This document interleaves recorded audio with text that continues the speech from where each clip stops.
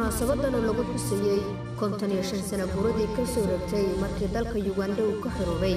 gumaystiga Ingiriiska ayaa maanta lagu qabtay xarunta safaaradda Uganda ee magaalada Muqdisho waxaana ka qayb galay ra'iisul wasaaraha xukuumadda federaalka Soomaaliya mudane Xasan Cali Khayre xildhibaano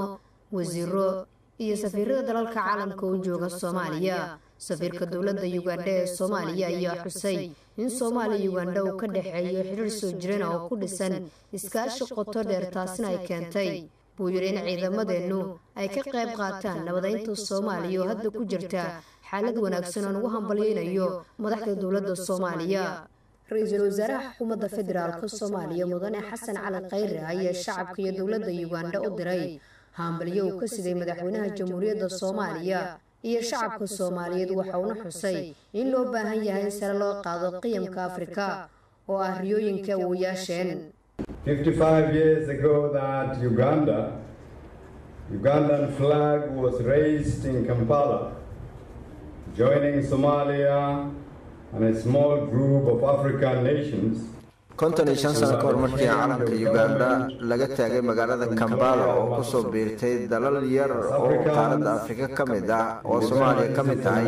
kuwaas oo ka xoroobay gumaystigii ka Afrikaan ahaan xorriyadda dalalkeena ayaa waxay noo tahay mid qiimo weyn noo leh maanta waxaa halka ka xuseynaa aabiyaashii aasaasay xorriyadda maanta kuwaas oo istaagay inay wax kasta ku bixiyaan sidii loo heli lahaa dawladnimo annaga leenahay waxaa la jooga waqtigii aan u istaagi lahayn waxa aan xaqa u leenahay si aan ugu qaabayno qiyamka afrikaannimada ah dowladda Uganda waxa ay leedahay qayb ka mid ah taariikhda Soomaaliya maadaama ay caawisay xilli Soomaaliya ay caawimaad u baahnay taas ayaan ugu mahadnaqaynaa markii dawladda Uganda ay go'aansatay in ciidankeeda keento Soomaaliya sanadkii 2007 ciidankaas geesiyaasha oo la shaqeynaya kuwa Soomaalida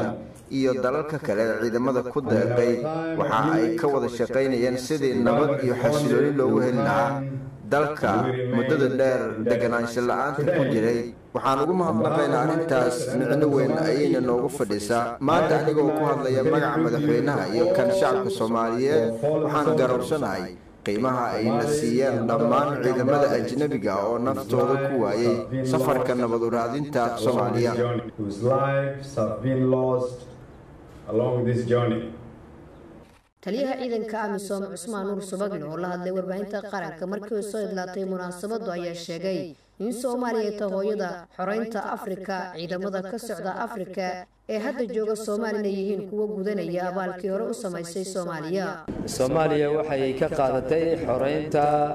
Afrika oo dhan oo markaa ku jira isticmaalka Soomaalidu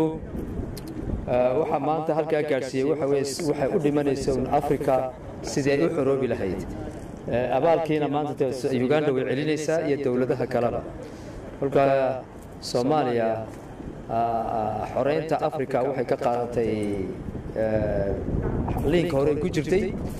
xitaa waxaan ognahay dad badan oo ciidamada Afrika kamida maanta dawladaha inaa lagu tababaray halkan Muqdisho iyo meelo kale xitaa waxa loo tiri jiray Soomaaliya waxay u tiri jirtay macallimiin iyo trainers kuwa dadka waxbara iyo u tiri jirtay xitaa kuwa xoreynta dhulka xoreynaya halka lagu tababiri jiray kalkaas Soomaaliya maanta haday ciidamo ajnabi joogaan abaalkiin bay celinayaan ma aha wax weyn ay sameeyaan